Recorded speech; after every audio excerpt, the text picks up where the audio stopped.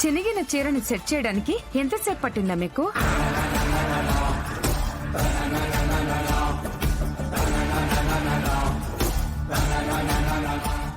ఏం మాట్లాడుతున్నావు పిన్ని? చీర చినగడం ఏంటండి? అసలు మీరు మాట్లాడే మాటలకి అర్థం పర్థం ఏమన్నా ఉందా? చీర చినిగిపోవడం ఏంటమ్మా? అసలు ఆ చీర ఎందుకు చినుగుతుంది? బావగారు, మీకు చెప్తే బాధపడతారని చెప్పలేదు. చిరంజీవి ఇచ్చిన చీర కట్టుకోవటం ఈ అమ్మాయికి అస్సలు ఇష్టం లేదు.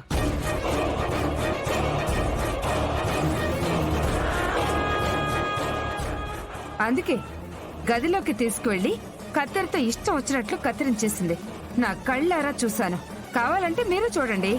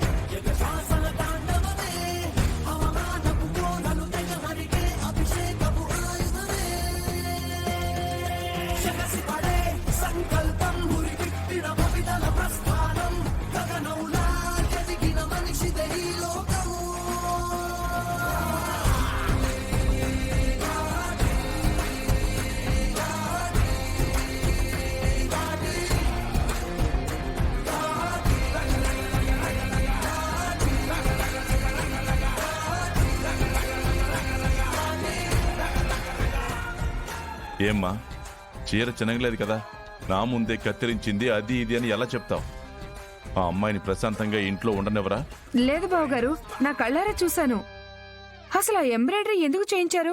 ఆ అవసరం ఏముంది? తప్పేముంది? అది మా అత్తయ్య గారిచ్చిన చీర. మా అక్క తన పేరు, బావగారి పేరు ప్రేమగా రాయించుకోవాలని ముచ్చటపడింది. అందుకే గుర్తుగా నేను రాసి పెట్టాను.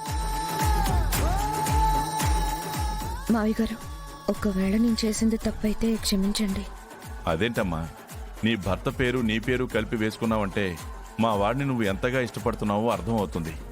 పైగా అత్తగారి చీర మీద మీ ఇద్దరి పేర్లు ముద్రించుకున్నావంటే నా భార్యకు నువ్వు ఎంత గౌరవం ఇస్తున్నావో అర్థం అవుతుందమ్మా.